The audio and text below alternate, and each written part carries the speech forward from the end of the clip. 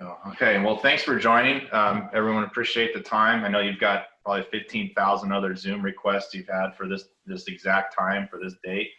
We've got Dr. Evian Gordon on the line. He's going to be the one presenting most of the information here today on our topic about stress, reframe, and mastering the COVID era.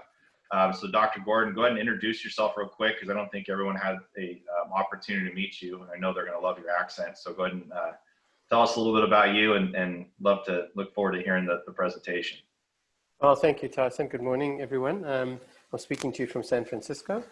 I'm the founder and chief medical officer of Total Brain. And I'm going to be sharing with you today some of the, I'm just going to move to the next slide, just to give you the agenda of what I hope to cover. I'm going to talk to you a bit about what we have established as a mental health index, and talk a little bit about how stress affects your brain and how you can control stress. And I suppose, Tyson, just you asked me to say something about myself. As the founder, what we did is set up the world's first standardized and integrative database on the brain. And the point about it was to aggregate what information really matters. Like, what are the measures that matter? And what actually works? I know people are kind of a bit jaded, and correctly so, by just a stack of numbers. I mean, everybody knows how serious, stress and anxiety are at this time.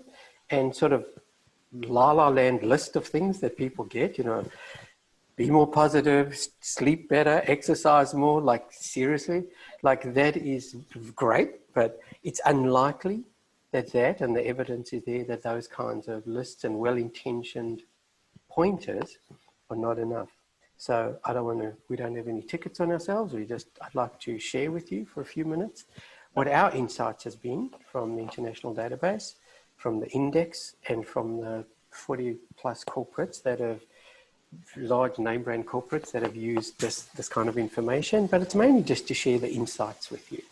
And Tyson has asked me to please focus on what is one specific thing that you can actually do that exemplifies how we really can circuit break stress. So I'm going to do my best to share that with you as well. So let me start. Evian, can I just, sorry to interrupt you. So here's one thing we'd like to just mention, because you're going to talk about some really awesome things here. If you do have questions, we don't want you to forget those. So there's a chat log. Go ahead and throw those in there. We'll moderate them and do the best we can to answer them while we're going down the line.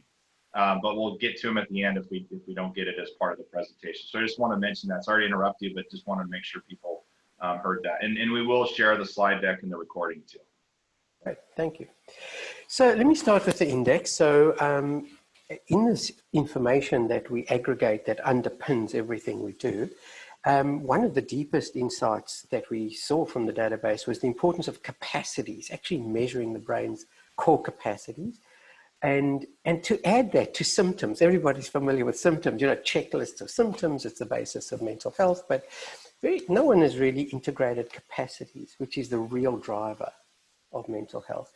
And so we were having a lot of these issues used on scale across the country, and our marvelous CEO, Louis Gagnon, came up with the idea of, let's create a national mental health index. And we did, and he did.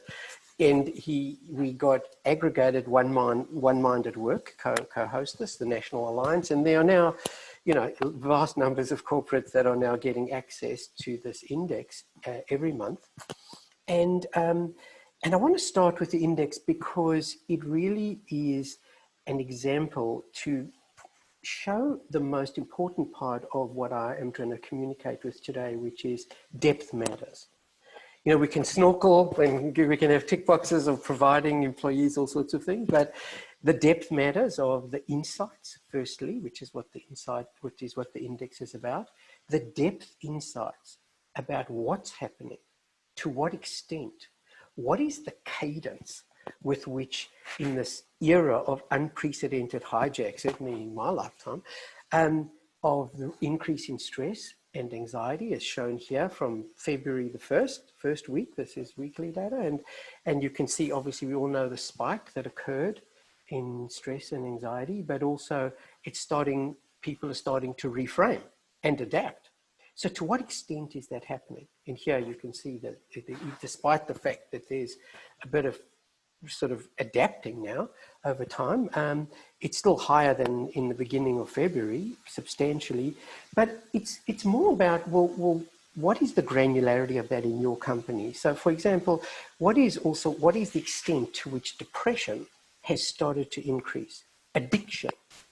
PTSD, we're even seeing rising in some situations. And then the cognition, with the capacities, which I'll show you in a moment, because the essence is, to what extent, specifically, is stress and anxiety affecting your employees' performance, your employer's predisposition to cross the threshold into, for real, anxiety disorders, depression, addiction.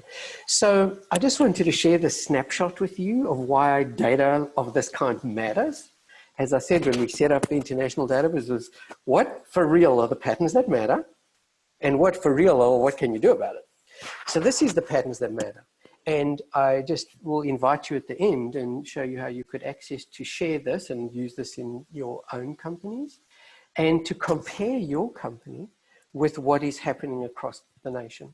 And there are ways in which, and there's a lot of data under the hood for those people who want to go and look at the mental health index, Total Brain, and you'll see there's a lot of data each month that will give you a sense of the deep dive under the hood of the mental health changes month by month, and then the granularity of how the brain's capacity scores are being affected, focus, memory, attention, resilience.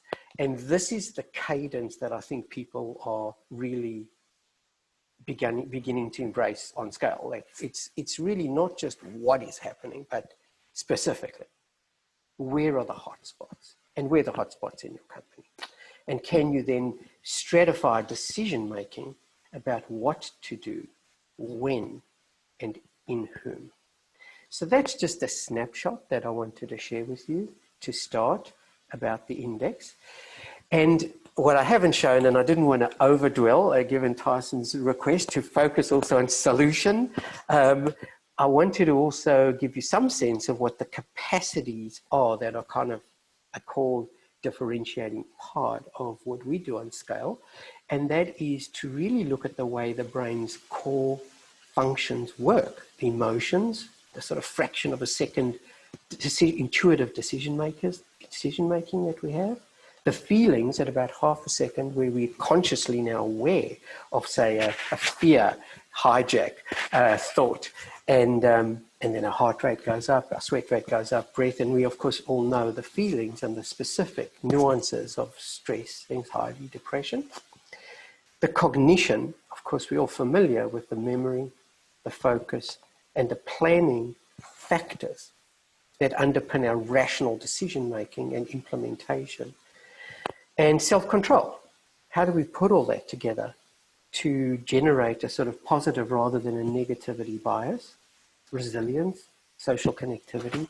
These are the core capacities that emerged from the international database and that are consistent with the neuroscience literature as to the key drivers of the brain. So that is why we very explicitly and deliberately converge insights about the brain's core functions, like how does it work, and then how does it affect these functions and your behaviors, your actions, your decision making, and of course your mental health. And they're all interconnected. It's all part of one continuum, as I'll come to. So that's the essence. So what about stress? I'm deliberately focusing on stress for a reason. You're all familiar with the fact that there's been a big revolution in the body health, which is the insights into inflammation.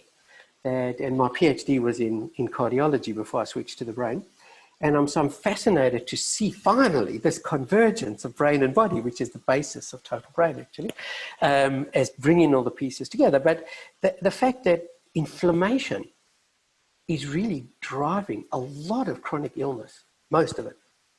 And it's the one way that there's now a big movement to reverse that inflammation and help reverse all chronic illness. And one of the key drivers of that inflammation is stress, chronic stress, as we all know, through cortisol, the fight-flight system, and then secretion of cortisol, very damaging when it's chronic.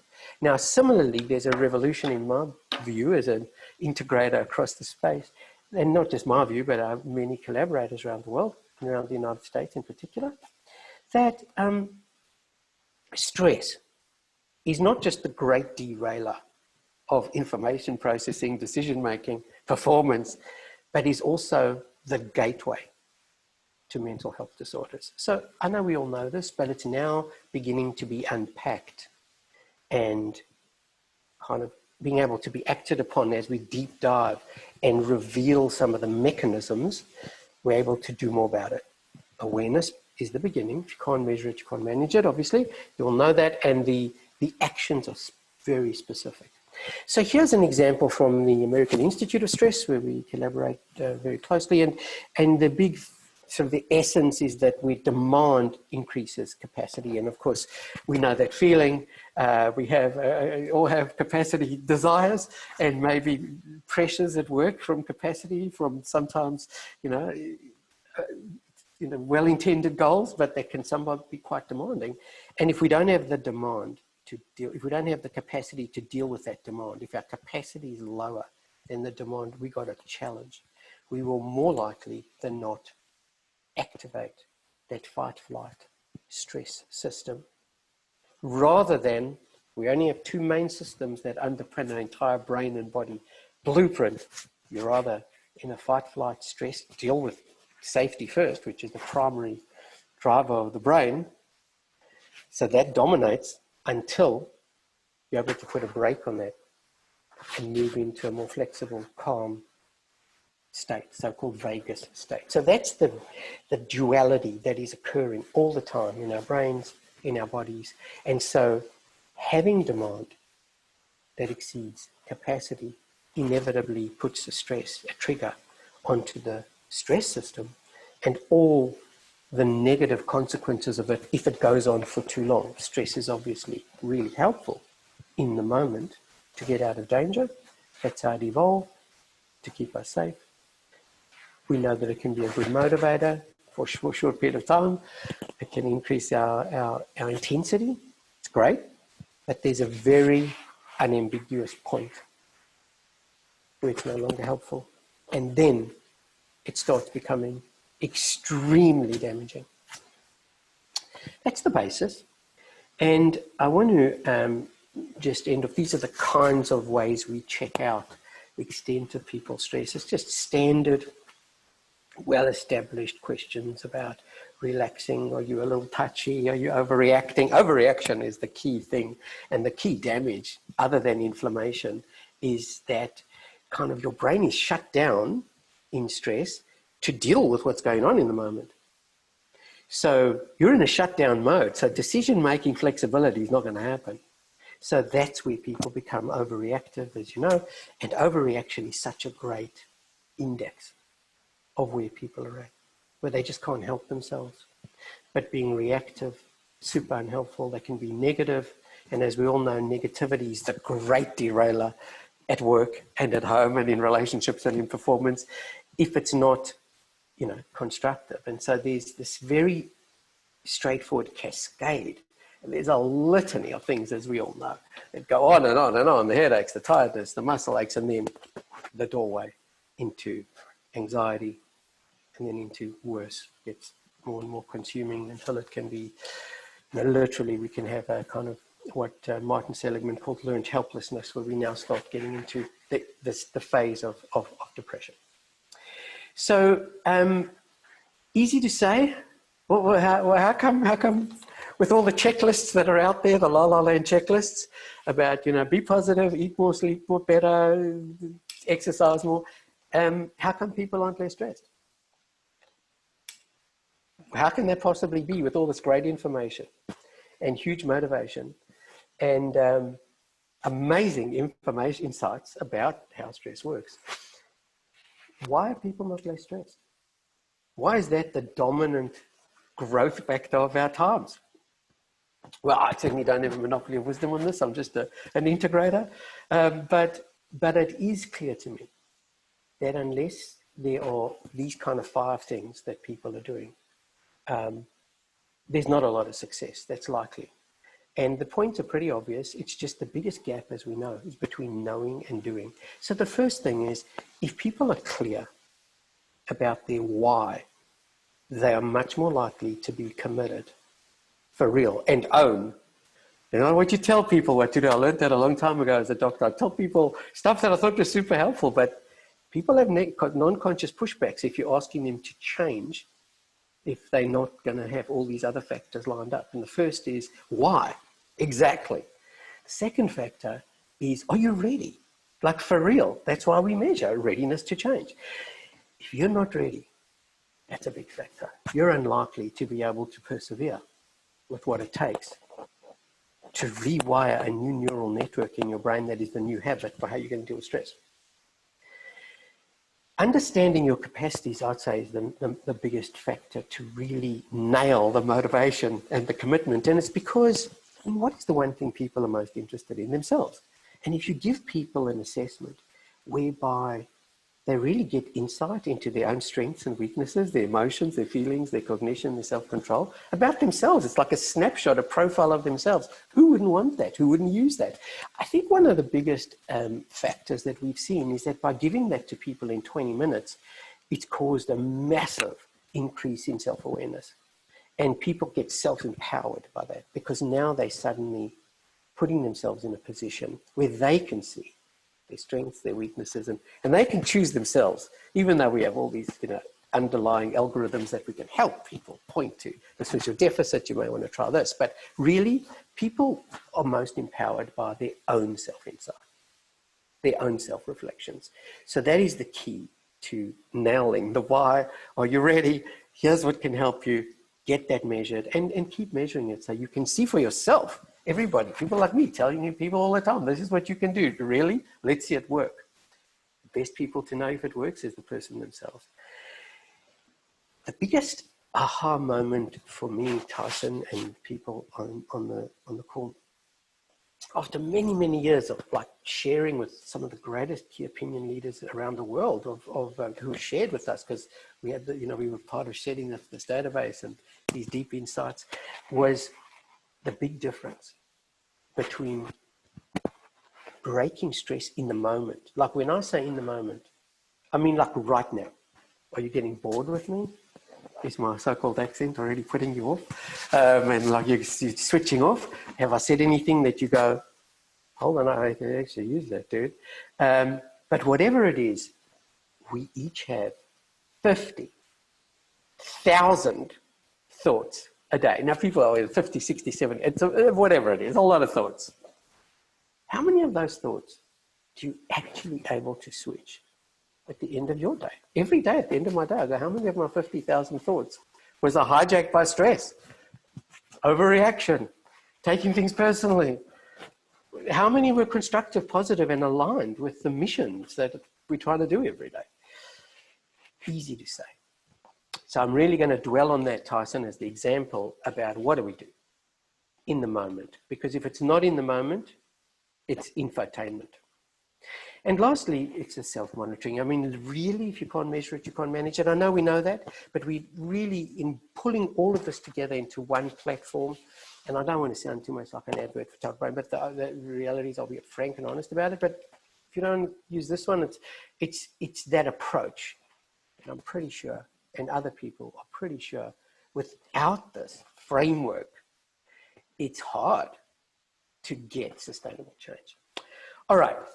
Enough about me for the moment. I've been talking for 7 minutes, which, as we know, is the time period that brains can focus for if you've managed to keep you awake for that long. I'm going to hand over to Tyson, who's going to do a quick poll. But before we do, I want you to just think about that concept of in the moment as he takes the poll for you. What do you do that helps you in the moment to switch one of your 50,000 thoughts? So everybody should be getting a little alert that they can answer a poll.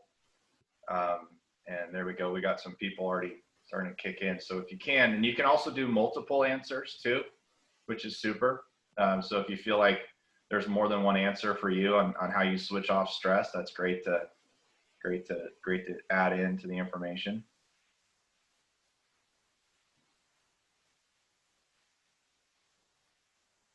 Wow, cool. Yeah, getting a lot of good information here. Very cool. Okay, so the winner's breath.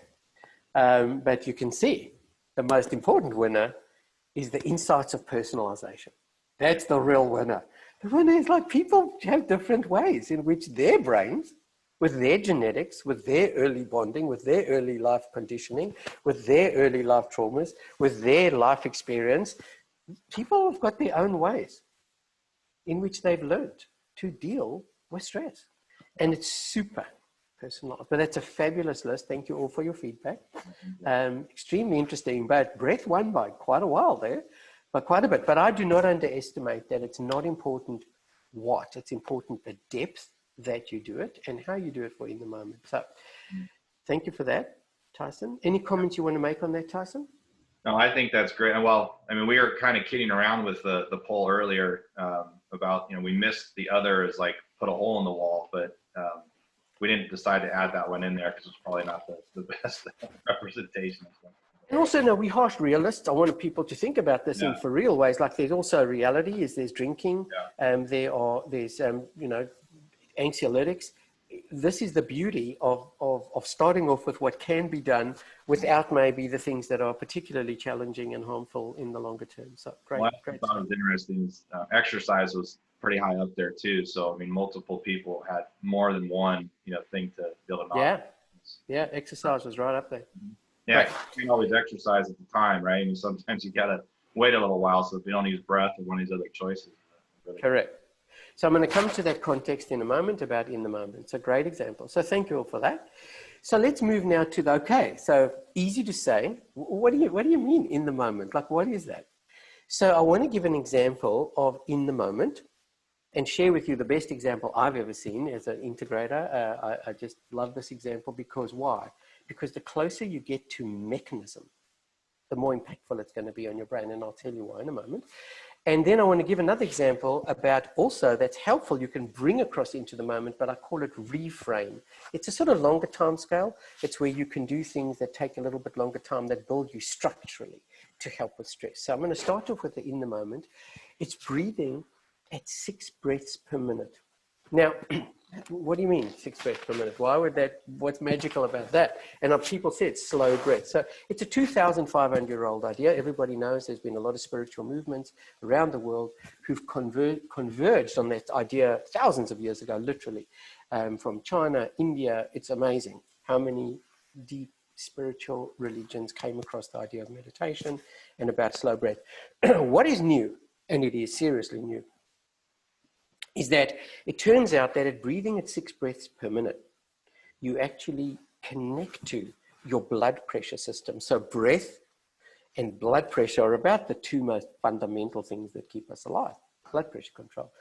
And that blood pressure control is activated and it puts a brake on your stress system at 6 breaths per minute. It's called resonant frequency breathing, and it was, don't have time to go into the amazing history and how the scientists in the United States and Russia brought these insights together, and it's now being really increasingly recognized. And it also, people found it by measuring heart rate variability. The more variable your heart rate, the more relaxed you are, and the more you're putting a brake on your stress system, versus if your heartbeat is regular, you're more stressed. So that's the point. There is a deep basis in physiology that adding the 6 breaths per minute, doing it on its own, has enormous benefit, but also adding it to anything, to yoga, to any other form of breath, to any kind of other activity where you in the moment of breathing slowly. So that's the example. I want to play it for you, and to just, I'm not sure if you can hear it, but breathe with me if you wouldn't mind at just a few breaths, and really immerse yourself in the breath bar at that rate of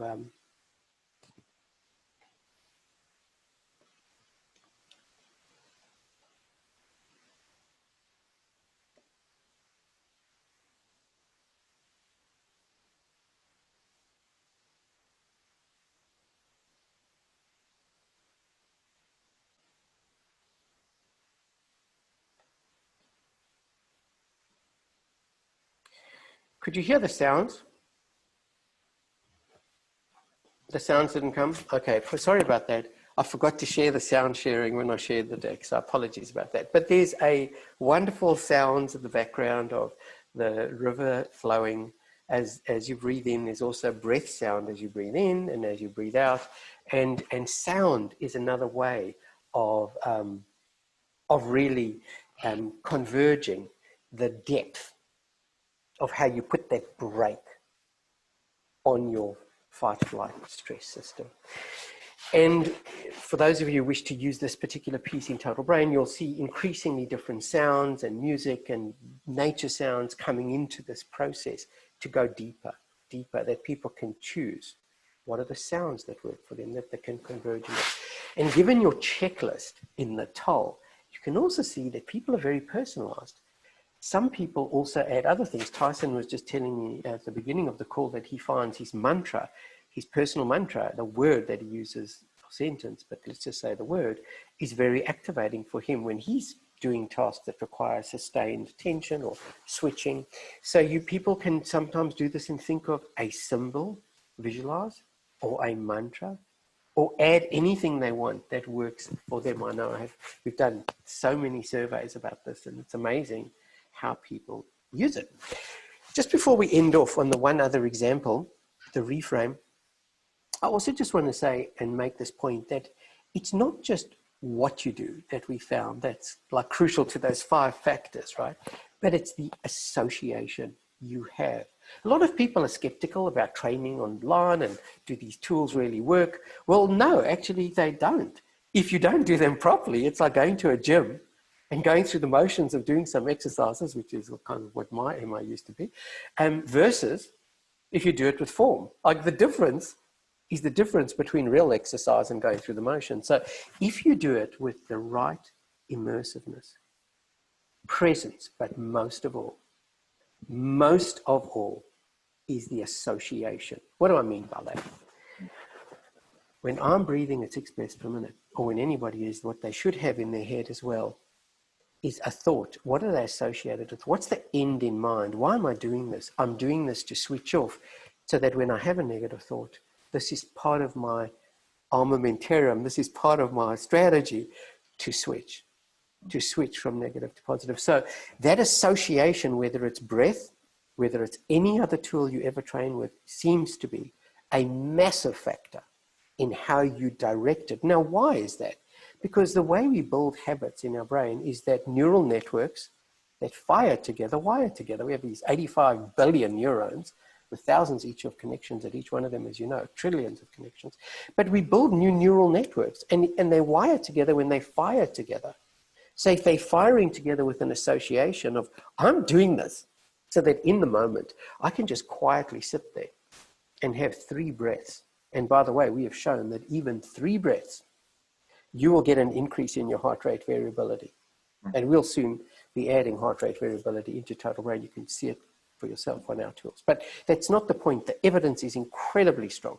There are over 20,000 publications on heart rate variability that show the benefits of this boost into a more flexible state. And when you're more flexible, now you're open, you're not closed. So now you're more open, you're more likely to make better decisions, you're more likely to be flexible. And that's the game. You're in your stress mode or you're in a flexible mode. You're shut down or you're open. And how you go in those 50,000 thoughts in the moment is a complete choice. But it doesn't come through superficial, going through the motions, training like my gym training. It's rather form, immersive, find what works for you, connect the dots, rewire your brain, choose yourself. That's the example I had, Tyson, and one more to just end on one more, which is okay. So what's a structural one? What's another example that we have like 50 tools in our toolbox, but they're not just tools. They're meant to be thought of with this gravitas, with this depth, with these pieces of a framework of how you do it. It's that framework is the summary of the science of habit. And that's beautiful being so close to Silicon Valley and having seen all the amazing insights about this. These pieces matter, details matter, small things can make a big difference. So here's an example. We're in the framework. What is the key thing you want to do as well in the moment? What happens if you have a negative thought? And most people do. I mean, I do, and I know it's wonderful in meditation, for example. There's such great strategies, you know, if you resist it, it'll persist. And all these wonderful strategies of don't have judgment, just be calm with it, let it happen. That's great. All good. But there is a very well-established technique, technology, tool, field that you're all aware of, cognitive behavior therapy. And we just have our online version of it. It's like cognitive behavior therapy light. We are not a clinical tool. We are a support tool to self-empower people to change wherever they are in their continuum, from wellness, mental health, peak performance. But this is really powerful because there are 5 thinking traps that are very damaging. And we can reframe them. We can challenge them. We can give them better context. I mean, the best known one is catastrophizing. Whenever I ask anybody in a company, and especially when you ask the C-suite or you ask, we deal with peak performance teams, you ask the coach, how many people does it change to mess up the dynamics of your team? Well, the answer is within seconds, people go, 1. How's that possible? How can one catastrophizer so change the dynamics? It's because when people magnify threat dramatically, our brains cannot ignore it. And that's why people are walking around on eggshells when you have a very negatively biased person. It's like, whoa. Like, could they be right? Is it catastrophic? Or is there some context? So that's why we challenge, and we can have simple ways to challenge and reframe. Exaggerated, non-conscious hijacks. These are not people who go, oh, I'm going to be a catastrophizer today. There's a lot of genetic and conditioning and early life stress reasons that, and people's mindset that have biases towards being fear-based or opportunity-based. So that is the other example, Tyson, where it's not quite in the moment, it's more like a structural thing, but you can add it in the moment as well as structurally, just get it right, train it. When you have a negative thought that is derailing your in the moment story. I know we're running out of time because we won't have a lot of questions. So I am just going to snap through a couple of last points, which is we all know the science of habit. They're all very well known, but I do want to emphasize them as part of the integrated sort of sharings with you about stress and what matters. You know, small steps matter. I mean, I cannot tell you, I'd rather small steps daily are better than anything because you get dopamine every time you win, and it doesn't matter how small the win. If you're winning, you're winning, and it'll coalesce into bigger steps. Anchors, we all know if you're doing something like brushing your teeth in the morning, and that's the anchor to say, okay, I'm now going to do my micro beats express per minute breathing for 10 minutes today. That's an anchor, and we can have anchors all day to make us do things more effectively. Deliberate practice is a whole talk on its own. It's the difference between peak performers and the rest. It's like I'm saying, it's the depth. It's not what you do, it's how you do it. And peak performers really are granular and open and flexible, and they're tweaking and iteratively optimizing all the time based on feedback. And they take themselves out of their comfort zone, but it's small, granular, disciplined, amazing discipline to do it. Visualizations and affirmations, we've already mentioned the Tyson example. Found affirmations helpful. People find visualizations helpful. And you picture it. You can't picture it enough. And there's a lot of neuroscience that shows that if you think about it in detail enough, it's almost like doing it in practice. That is an amazingly important thing because it means you can train in your head, sitting on your couch, visualizing it properly. And that's, of course, the whole basis of why augmented reality is becoming so powerful, to add that visualizing immersiveness to what we're doing. And lastly, share your wins. When you win, you get a dopamine secretion in your brain, which is a big reward for chemistry. But when you share something, you secrete oxytocin, and that is a great bonding sharing. Oxytocin and dopamine are the kind of the chemistry that makes the neural networks that fire together happen, that really give you that chance to rewire yourself and choose what you want to be in. I'm going to end off, Tyson, just briefly on this continuum I was saying at the beginning. So when we look at mental health and we look at these brain-based insights, one of the greatest things we saw in the Total Brain International Database is this is all a continuum. We all fluctuating every day, ourselves, every week, every hour, every month, every year, along this well-being, mental health, performance dynamic. What changes is our capacity, coming back to the demand and capacity, our capacity to deal with it, how we cope, how intense the stress is, how chronic the stress is. But it really does demystify and destigmatize mental health enormously by having this. There's no them and us. This is us. There is no them in mental health. We're all this. Yes, we have labels that are very stigmatizing, and people deal with them, in my view, very patronizingly. It's us. And the patronization disappears when we know that this is everyone. And that context is super helpful in my view. And then as we leverage the digital neuroscience to now measure and self-monitor these capacities and mental health risks, and then provide self-care with personalized science-backed programs, we can then access the right providers when needed. Of course, if people get coping poorly to the point where it's really kind of, incapacitating, clearly you want to help people get to their right EAP, their right carer, in whatever, whoever and wherever that is. Once you cross that clinical line, you need to have really easy ways to do that, and straightforward ways to do that. Obviously all highly confidential, which we do. And the self-monitor capacities becomes really, really critical, that you can see, as I started off by saying, that poor stress control is associated with almost every capacity is challenged. And we see so many people's assessments in a de-identified way, where when they have low stress, even if they have great cognition, you can see that the brain is still struggling. You want things to you want your stress control to be effective. Without stress mastery, there is no mastery. It's just too core to the brain. And then you want to also check that your emotion scores and your cognition scores are kind of not too out of whack either. Because emotions, remember, are driving stress. Emotions are another talk, but they are these fractions of a second biases like confirmation bias, in addition to the obvious ones like fear. So that is another super important alignment. And then just how well you self-regulate. So really in a snapshot, in that little circle of those 12 capacities, you can get a mirror of yourself in a really deep neuroscience way. And it's all actionable. And the key is to keep it simple and make it simple. And the last simple point I want to share with you, because people say, well, how long does this take, dude? Like, what is this, like months?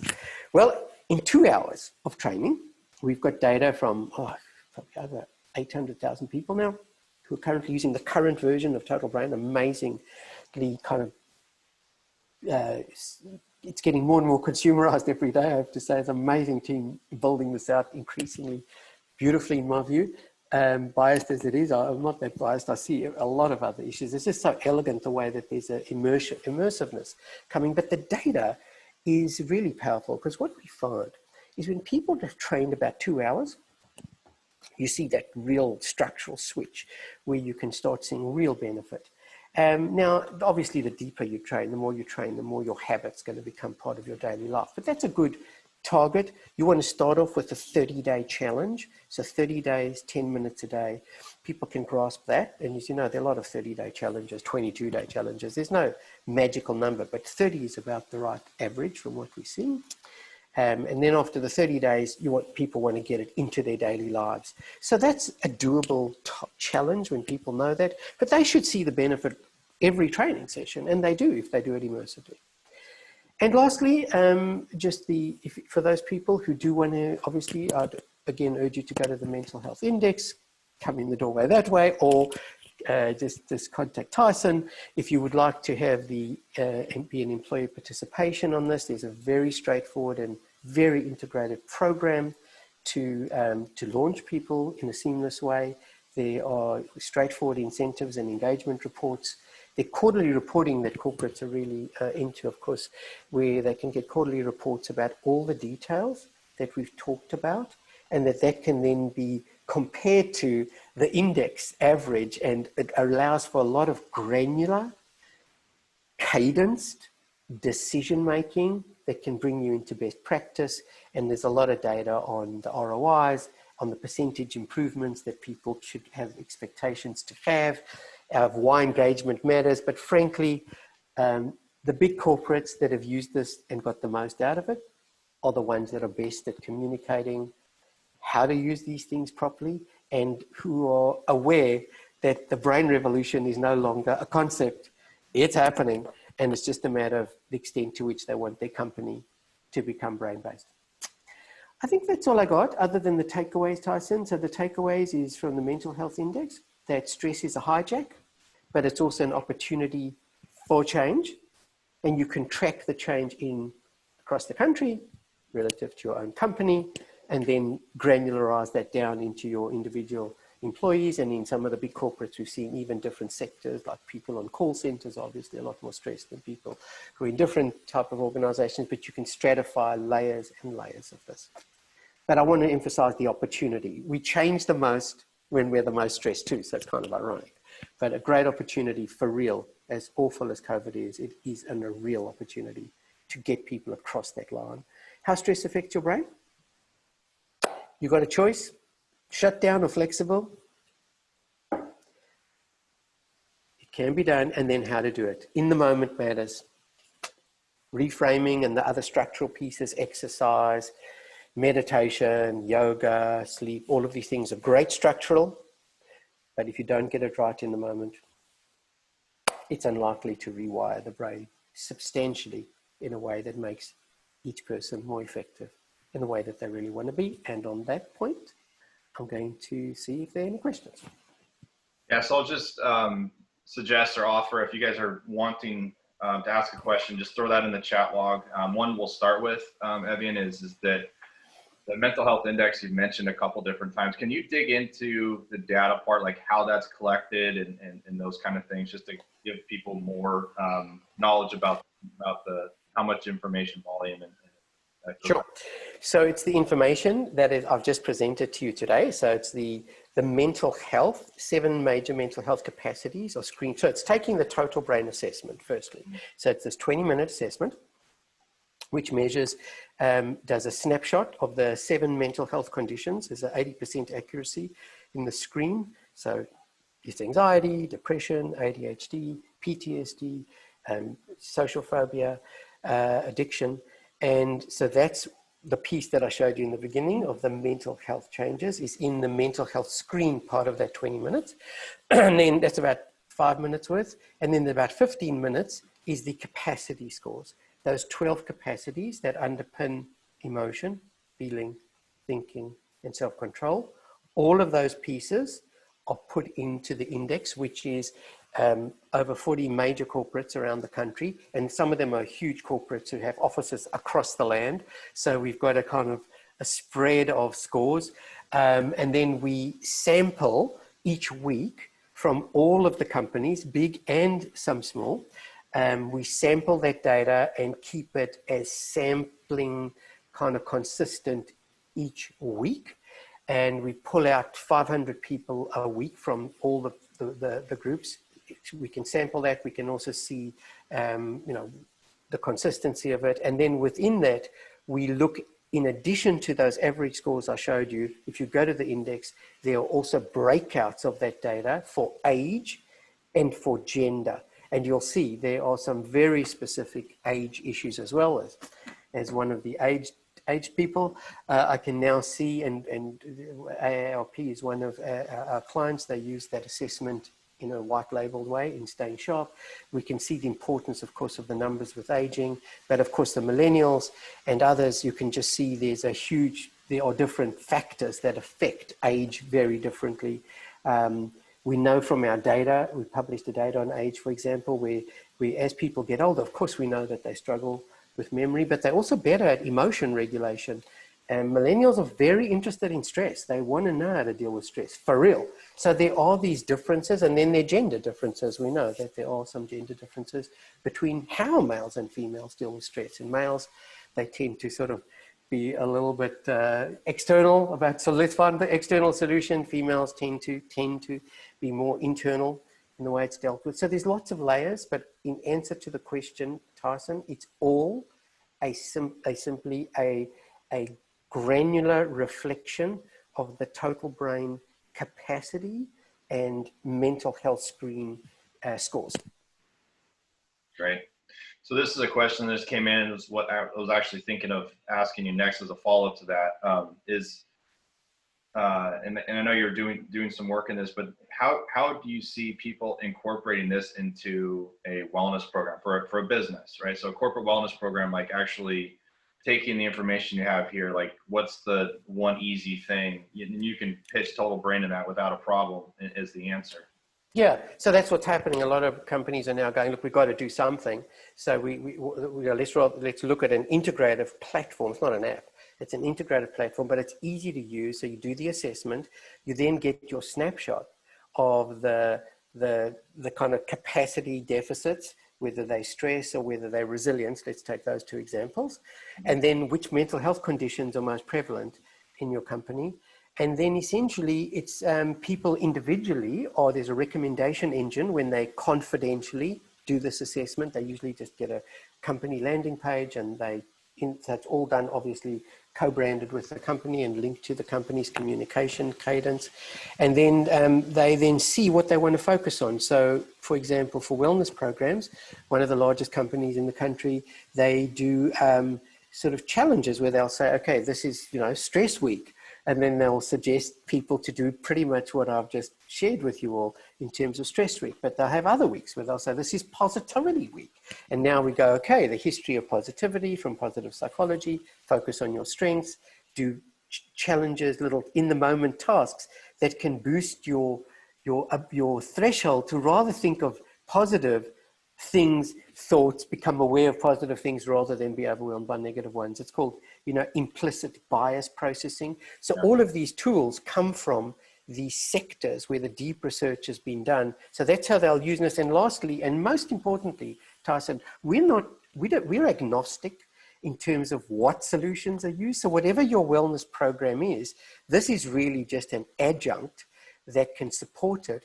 And we can actually look at the solutions that you have. There are numerous companies, for example, that have exercise programs, weight loss programs, and we can also report on that where people can see the benefit of exercise and of diet, by the way, on their capacities and on their mental health. And it won't be lost on any of you that the big revolution in inflammation changed. The two big factors were diet and stress, and exercise was the third, actually. So there's always where people can use the assessment to track the benefit of their own wellness program that they currently have, and then see the way in which this program, the Total Brain program, adds value to augment that further.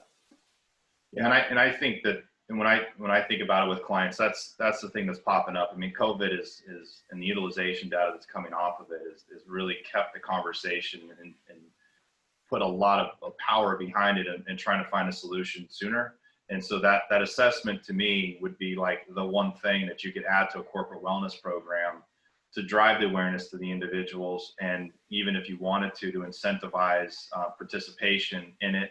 And then where you take it from there is where you can take it from there, whether you do the assessment annually and have people participate that way. But the data that can come off of it is, like, as you're saying, can obviously supplement or even derive the conversation through the rest of the year of that wellness program. And so I think that assessment is probably the key one thing for the corporate wellness programs to add in if companies are looking to try to address the mental health or behavioral health side of their organization, and how the companies can support that. Because I think that's a big thing that's happening is that company cultures are being affected pretty significantly across the board on being able to continue the engagement and those kind of things. And so, how do you refill that gap in that culture and those types of things? But, without a doubt, whether that culture is there or not, people are still stressed out through everything that's going on. And you can just see from your own data that's continuing. And where there was some coping and resilience, it seems that it's starting to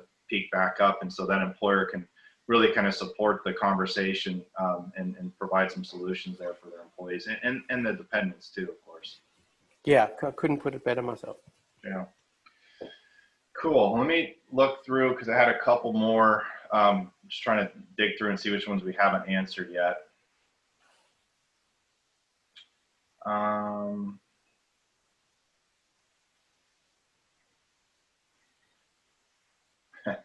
What's one solution that's better than the others? How about this one? So what do you feel is the most important for managing stress? I think that might be a good closing statement for today?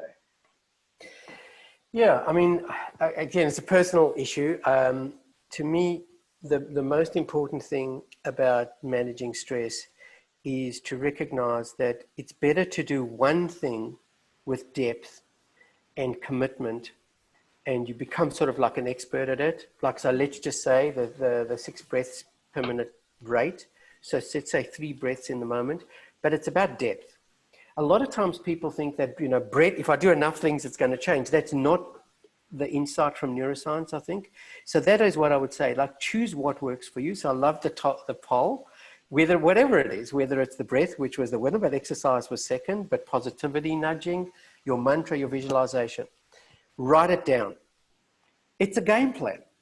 It's like you wouldn't become, an expert at something in sport if you didn't have a plan of how you were going to practice deliberately to get there. So I'd say my takeaway message is depth matters, but less is more, just like in sport. It's if you do it really well, and you get your timing right, and you get confidence that you can make that switch, that's more important than anything. So find your pieces. Some people prefer auditory, some people prefer visual. Whatever it is, find what works for you and become masterful at one of those factors, and let that drive you. The rising tide will lift other boats. Yeah. That is my takeaway. That depth and in the moment, whatever works for you, find one and nail it. Yeah, I really appreciate it. I mean, thanks so much for the time. I mean, you've shared a lot of great data, and I think you nailed it, and kind of like getting it down to the simple on the stress and some easy ways companies can really start to put some programs together. This session's been recorded, so we're going to go ahead and kick that back out with contact information if people are looking for more along the way. So again, thank you so much, Evian, for joining in and in the conversation and kind of leading us to hearing more about what's important for everybody. Oh, my great pleasure. And thank you, Tyson. You've been a great pleasure to work with. Thank you. Thank you.